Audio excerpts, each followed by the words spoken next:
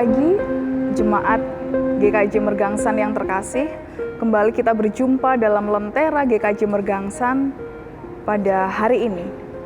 Bapak Ibu Jemaat yang terkasih, pada hari Selasa 14 April 2022 yang lalu, DPR resmi menetapkan rancangan Undang-Undang TPKS menjadi Undang-Undang TPKS.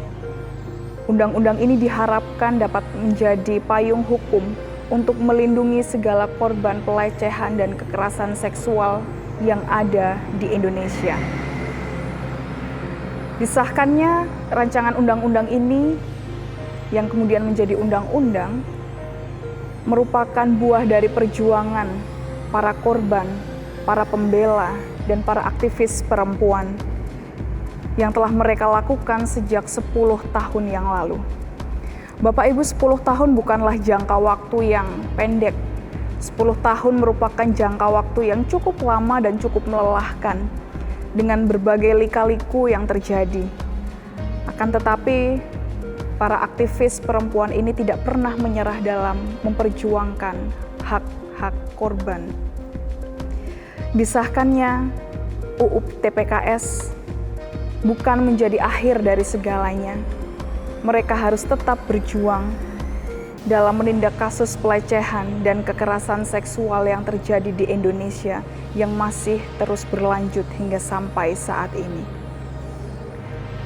Kisah para perempuan yang berjuang demi mendapatkan keadilan dalam masyarakat tentu bukan suatu cerita yang baru. Alkitab mengisahkan banyak sekali kisah para perempuan yang hidup dalam kungkungan budaya patriarki yang sangat mengakar pada waktu itu. Keberadaan perempuan seringkali tidak dianggap.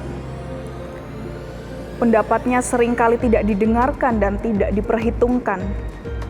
Bahkan mereka tidak berhak mendapatkan pendidikan seperti halnya yang didapatkan oleh para laki-laki. Namun dalam suatu waktu, kehadiran Yesus membawa pembaharuan bagi para perempuan, terkhusus para perempuan yang dengan setia menjadi pengikut Yesus. Para perempuan pengikut Yesus ini memperoleh cara hidup yang baru. Mereka mendapatkan perspektif yang baru tentang gambaran diri mereka di hadapan Allah. Citra diri perempuan yang seringkali dianggap sebagai pembawa dosa, sumber dosa.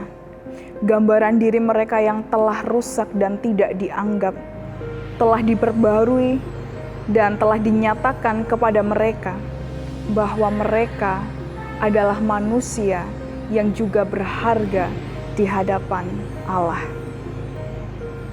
Kesetiaan para perempuan ini terlihat jelas pada hari ketika mereka tetap mengikut Yesus saat Yesus harus memanggul salib yang berat itu. Bahkan ketika sahabat-sahabat Yesus telah pergi entah kemana untuk bersembunyi, para perempuan ini tetap mengikut Yesus dengan setia. Mereka bahkan tidak takut dicap sebagai sekelompok orang yang bersengkongkol dengan seorang pemberontak karena kesetiaan mereka terhadap Yesus yang sangat mengasihi mereka, yang menganggap hidup mereka berharga. Bahkan pemulihan terhadap citra perempuan digenapi ketika Injil-Injil juga menyaksikan kepada kita sekalian bahwa para perempuan inilah yang menjadi saksi kebangkitan Kristus. Dalam Injil Yohanes pasal 20 ayat 18 mengatakan kepada kita,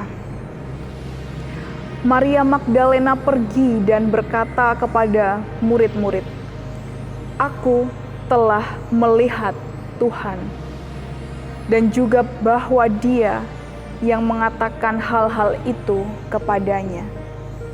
Yohanes pasal 20 ayat 18 menyatakan kepada kita semuanya bahwa Maria Magdalena menjadi sosok perempuan yang membawa berita sukacita kepada murid-murid yang lain bahwa Tuhan telah bangkit.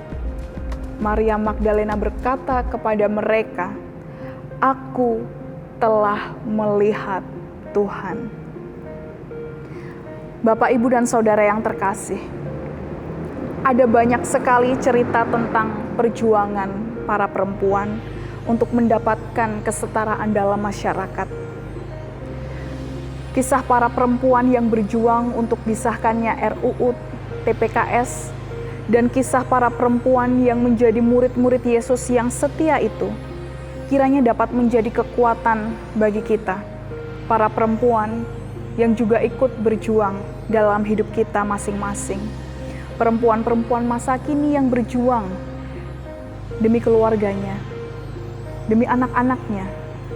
Perempuan-perempuan yang berjuang demi karir, demi masa depannya. Dan para perempuan yang berjuang untuk dirinya sendiri. Oleh karena itu, saya mengucapkan semangat untuk para perempuan hebat yang tidak pernah berhenti untuk berjuang demi keadilan dan demi dirinya sendiri. Bapak Ibu yang terkasih, mari kita bersatu di dalam doa. Syukur kami kepadamu ya Allah atas segala berkat yang telah Tuhan berikan kepada kami. Beberapa hari yang lalu kami ikut berbahagia bahwa perjuangan saudara-saudara kami, para korban pelecehan seksual, para pembela dan para aktivis perempuan yang memperjuangkan supaya RUU ini dapat menjadi undang-undang telah membuahkan hasil. Kiranya Tuhan dapat memberkati segala perjuangan para perempuan dan para korban ini. Kiranya luka batin, citra yang telah rusak yang dialami oleh para korban dapat Tuhan pulihkan. Tuhan juga dapat membantu para korban untuk mencari keadilan dalam hidup yang diperjuangkan oleh para korban. Tuhan, di balik itu semua, ada para perempuan-perempuan lain yang juga sedang berjuang demi keluarganya, demi anak-anaknya, demi karir dan masa depannya, dan demi dirinya sendiri. Kiranya Tuhan memberkati mereka. Kiranya Tuhan selalu menyertai mereka, memberikan cintanya kepada mereka, seperti halnya Tuhan yang senantiasa mencintai para perempuan, pengikut-pengikut Yesus yang setia. Tuhan Allah Bapa, kiranya perjuangan kami selama kami masih bernafas, perjuangan kami tidak akan pernah berhenti. Tuhan sendiri yang menuntun setiap langkah kami. Para perempuan yang senantiasa berjuang. Inilah doa kami ya Tuhan, yang kami pinta di dalam nama Tuhan kami Yesus Kristus, Juru Selamat kami yang hidup. Amin. Bapak Ibu, demikian lentera kita pada pagi hari ini. Sebentar lagi kita juga akan memperingati Hari Kartini, di mana seorang perempuan yang juga memperjuangkan hak-hak dan keadilan bagi perempuan sebangsanya pada waktu itu. Kiranya semangat Kartini dan semangat Paskah senantiasa memberkati kita, mengiringi langkah kita dalam setiap perjuangan yang kita lakukan dari saat ini sampai sepanjang masa. Tuhan memberkati kita semua.